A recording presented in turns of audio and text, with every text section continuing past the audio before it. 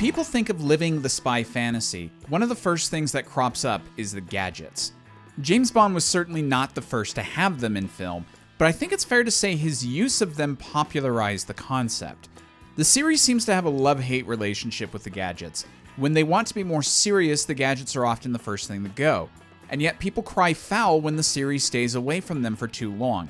Even the Craig era eventually succumbed and reintroduced the gadgets by Skyfall.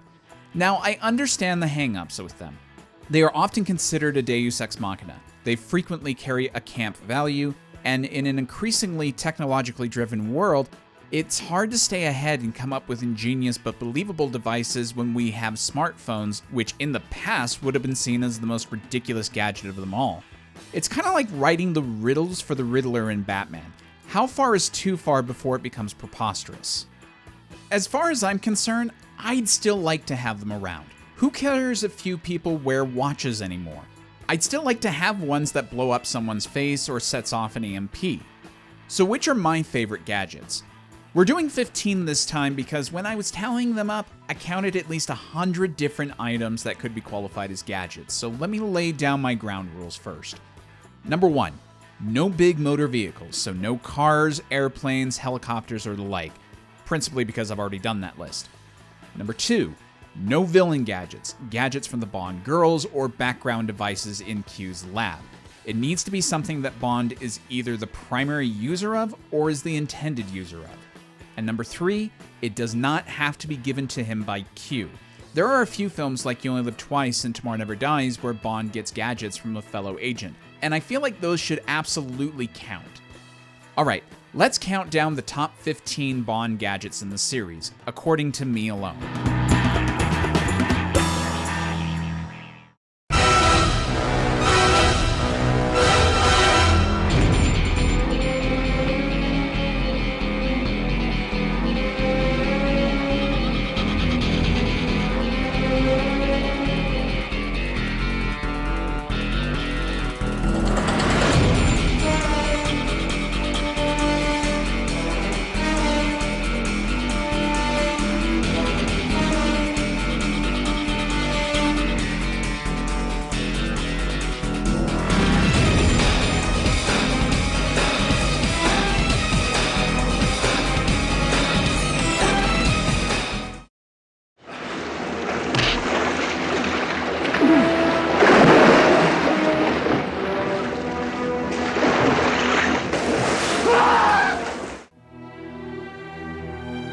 I said no big motor vehicles at the beginning, and I meant it.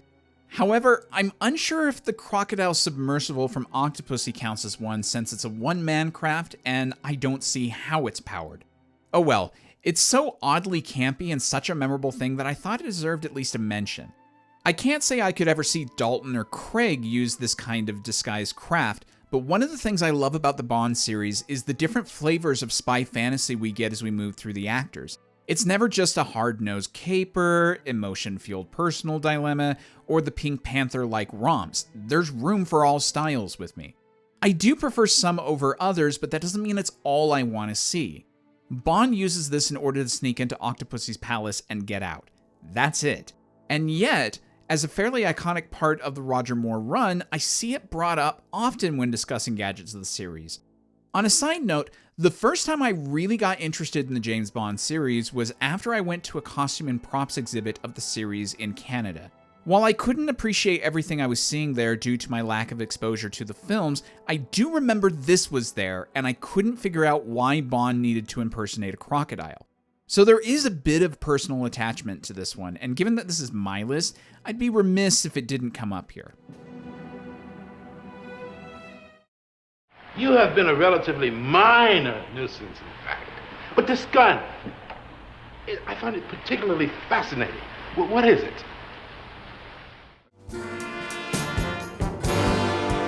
I don't know where Bond got the shark gun or why he would even need one, given that this device that shoots inflatable capsules doesn't exist in real life, and it's not like he was likely to encounter sharks during the final sequence.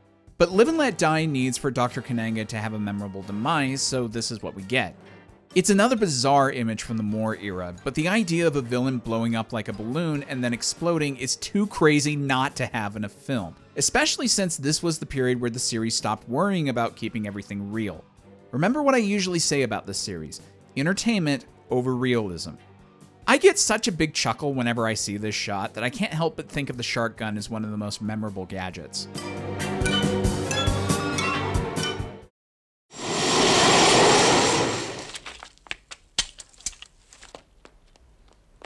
No well-dressed man should be without one. Yes, very practical.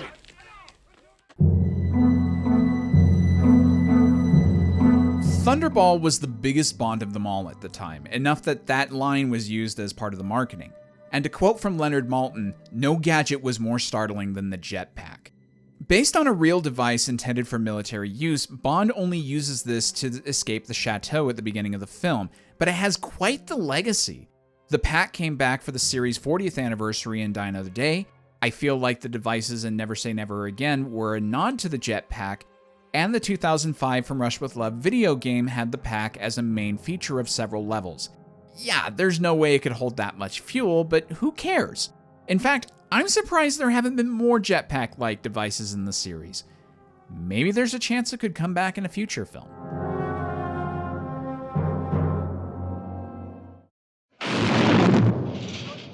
Accurate up to 30 yards. Very neat.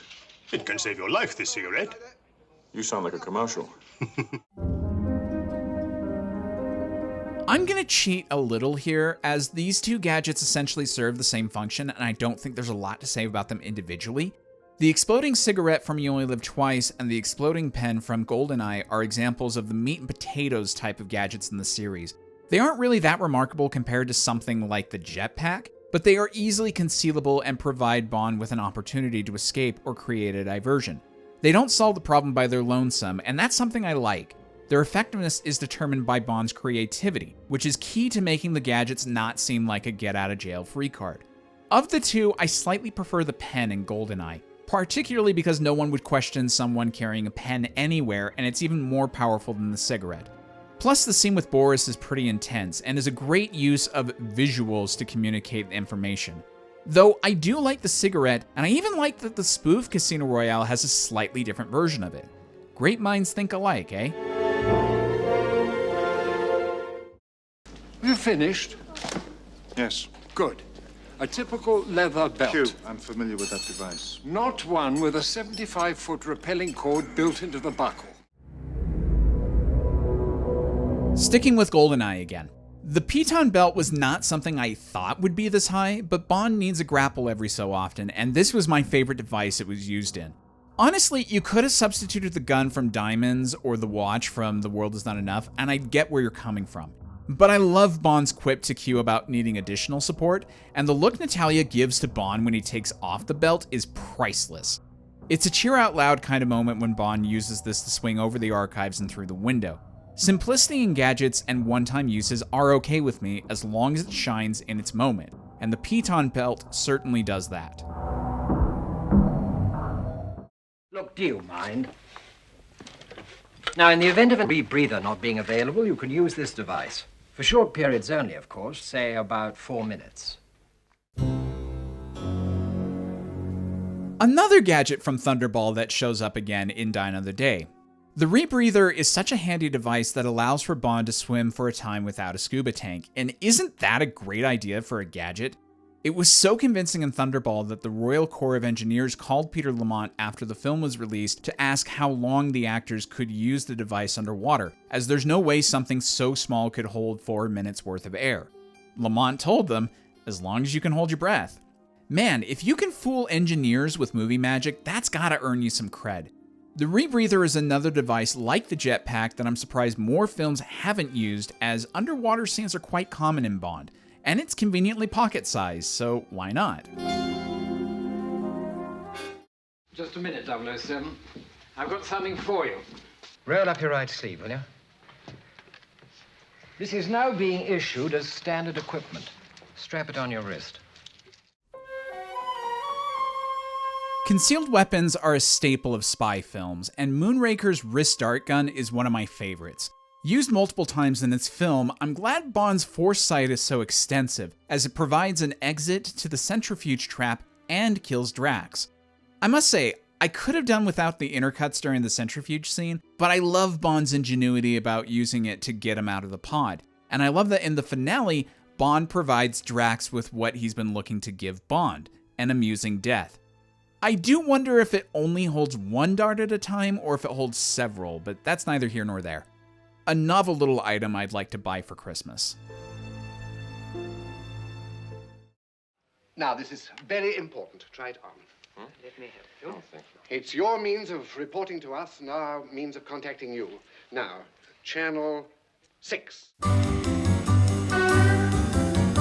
I've gotten some flack from some viewers for including the unofficial films on these lists, but if you've followed me for a while, I hope you're starting to see why I love including them. They can surprise you when you're considering the categories, and I'm not about to let my dislike for a film blind me to its features.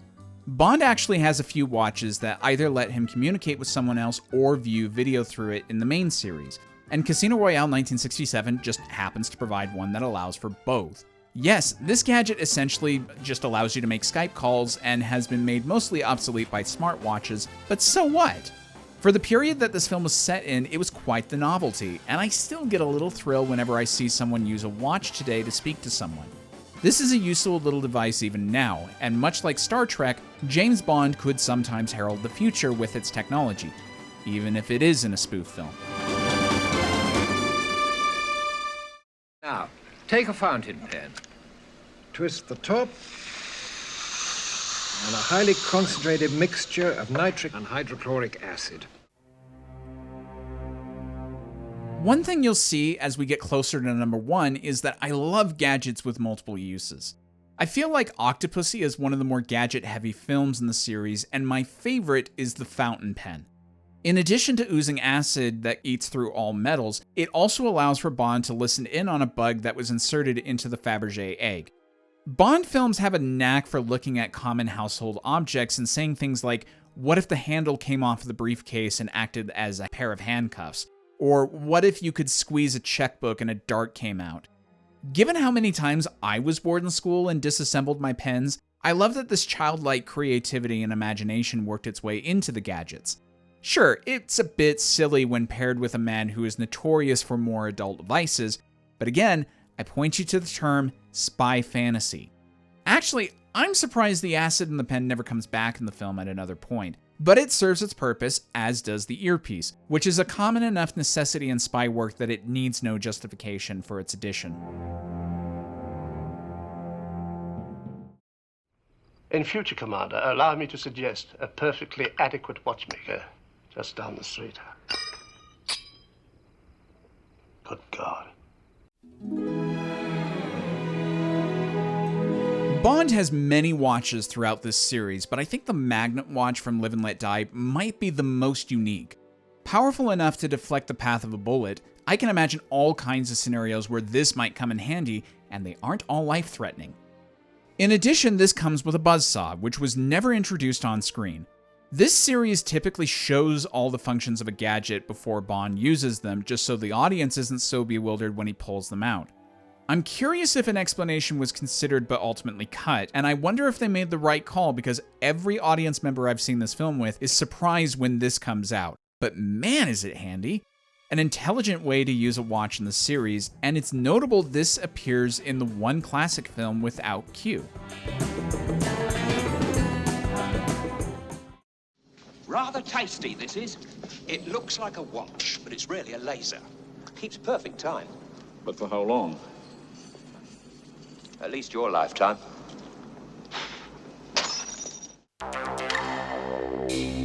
The laser watch from Never Say Never Again was popularized by 2 Brosnan films, as well as several video games, and it's such a uniquely James Bond kind of gadget, danger mixed with a fashionable but common object. Admittedly, it's probably my fondness for the video game's use of the gadget that it lands this high on the list, but I've also never heard a reasonable argument for not including it on a best gadgets list, and I commonly see it quite high. Like the Magnet watch, this gets no introduction beforehand, but in this case, I've never seen an audience member be confused by it, so I guess they made the right call. Being able to cut through the floor will always be a useful thing for a spy, and I love how the games go even further with this and may use it to cut open safes or as an offensive weapon. The laser watch will likely remain a staple of James Bond as a whole, and I'd love to see it come back in future films. Now, pay attention, 007. Now, this looks like an ordinary camera, doesn't it? What kind of film does it take? 120? No, .220 high velocity. I'm referring to both the camera gun from License to Kill and the PPK from Skyfall when I talk about the signature gun because they have the same basic function. Although I'll always prefer the gun from License simply for its disassembling into a fairly common object. Bond uses this to try to kill Sanchez within his own office there, whereas Skyfall has Bond on the other end of the weapon and the thug fails to kill him using it. I like this for the line Q says about it in Skyfall, less of a random killing machine and more of a personal statement. The gun works for no one but Bond, and so it's essentially his signature on the death certificate of whoever comes across him that can never be forged, and this strikes me as an incredibly useful gadget. Bond is often disarmed and held at gunpoint with his own weapon. Wouldn't it be nice to have that sense of security provided by it being his signature gun pointed at him? The signature gun has always been a favorite of mine, and so seeing it in an anniversary film like Skyfall was a treat, knowing it has a legacy of its own.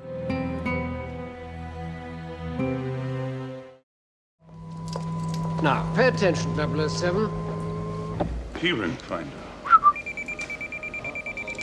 Surprised me. The keychain from the Living Daylights spot on this list was the biggest surprise to me this time out. I always liked it, but never considered it against the other gadgets. However, it has 3 uses, meaning it beats out a lot of the competition fair and square.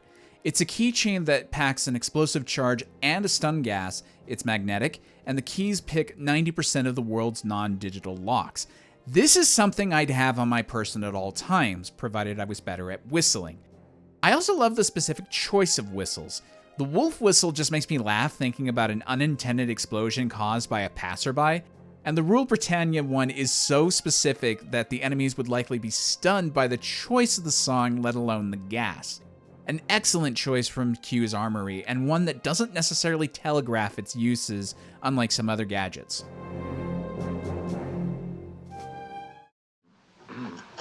Miss Moneypenny, ask the equipment officer to come in, please. Q Branch has put together a smart-looking piece of luggage for us. We're issuing this to all 00 personnel. One of the few gadgets introduced in the novels, the black attache case from Rush with Love is what I'd consider to be the first true Bond gadget of the films, and it's a nasty little Christmas present. Equipped with some optional extras such as a flat throwing knife, a tin of tear gas that explodes in your face if you open the case normally, and a folding sniper rifle, there's a reason this should still be standard issue for all 00 operatives. It's also one of the few gadgets where I think not everything mentioned is used. We aren't told what type of ammunition is provided by the case, but presumably it's the .25 caliber bullets for the sniper. Except when Bond and Karam use the sniper to kill Krylenko, Bond only brings the rifle with him, which he got from one of Karam's associates when they came to pick him up from the camp, and he has no time to load the rifle when being pursued by the helicopter. So we never actually see Bond use this feature on screen beyond demonstrating it in M's office. I quite like the idea of not all the features of a gadget being used, as it leaves room in the imagination for how else the gadget may be utilized. The case curiously does not appear in the 2005 video game, or if it does, it got quite the upgrade with that turret. Also, this case may be the one mentioned in Goldfinger by Mai Li that was damaged when examined. I kinda love to think that someone tried opening it up first and the cartridge exploded in their face, but now I have another reason to hate Goldfinger. He destroyed one of my favorite gadgets, Bond. Now you have to take him out. For the longest time, this was my knee-jerk answer when someone asked what my favorite gadget was, and while it has been supplanted with some consideration, it's still quite the charmer. Let's get on with it, shall we? Your new telephone. Talk here, listen here. So that's what I've been doing wrong all these years. I mean, who doesn't want one of these? The Ericsson phone from Tomorrow Never Dies is everything I love about Q gadgets. It's multi-purpose, it's a common object, it has a feature to fight back against its user, and it was a stylish-looking thing at the time created specifically for the film. Bond has multiple opportunities to use its features, and some of them are used a few times, such as the taser, the fingerprint scanner, which is actually one of my favorite Bond moments, and the remote control feature. That last one in particular is responsible for one of my favorite car chases in the series, so that alone would have given it a leg up. My only issue with it is that unlike the briefcase, it is not used in the second half of the film. I would have loved to have seen this thing at least one more time, but then again, maybe it would have become overbearing and been considered the ultimate Deus Ex Machina gadget of them all. Despite this personal hang-up, I have to bow to the ingenuity of the filmmakers with this device, and I don't think we've had a gadget in the franchise since, be it films, books, comics, or games, that have come close to this brilliance. Bravo, Q. I hope this is one Bond did bring back in one piece.